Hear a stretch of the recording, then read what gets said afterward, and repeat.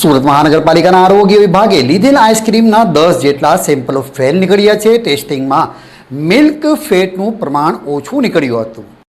સુરતીઓ હવે આઈસ્ક્રીમ ખાતા પહેલા ચેતજો. સુરત મહાનગરપાલિકાના આરોગ્ય વિભાગે લીધેલા આઈસ્ક્રીમના 10 સેમ્પલો ફેલ નીકળ્યા છે. ટેસ્ટિંગમાં મિલ્ક ફેટનું પ્રમાણ ઓછું નીકળ્યું.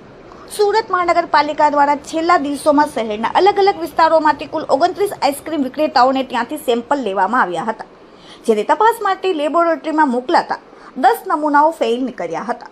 તેમાં વાપરવામાં આવતા મટીરિયલ્સ યોગ્ય ગુણવત્તા મુજબના નહોતા, જેથી પાલિકાએ 88 કિલો આઈસ્ક્રીમના જથ્થાનો નાશ કર્યો હતો. પાલિકાના સૂત્રો પાસેથી જાણવા મળેલી માહિતી મુજબ ગરમીની સિઝનમાં આઈસ્ક્રીમનું વેચાણ વધી જાય છે, જેનો ગેરલાભ લઈ કેટલાક વિક્રેતાઓ આઈસ્ક્રીમ બનાવવા માટે વપરાતી વસ્તુઓમાં ભેળસેળ કરે છે અથવા હલકી ગુણવત્તાનો માલ વાપરે છે. ગત વર્ષના અનુભવના આધારે ચાલુ વર્ષે પાલિકા દ્વારા ગત દિવસોમાં શહેરના અલગ અલગ વિસ્તારોમાંથી 25થી વધુ આઈસ્ક્રીમ વિક્રેતાઓને ત્યાંથી 29 આઈસ્ક્રીમના નમૂના લેવામાં આવ્યા હતા, જેની ટેસ્ટિંગ લેબોરેટરીમાં કરવામાં આવી હતી. 29માંથી 10 નમૂના ફેલ સાબિત થયા હતા, જેમાં મિલ્ક ફેટની માત્રા 10%થી ઓછી હોવાની સાથે ટોટલ સોલિડની માત્રા પણ 36%થી ઓછી હતી, જેને પગલે પાલિકા દ્વારા જપ્ત કરવામાં આવેલો 88 કિલો આઈસ્ક્રીમનો સ્ટોક નાશ કરવામાં આવ્યો હતો.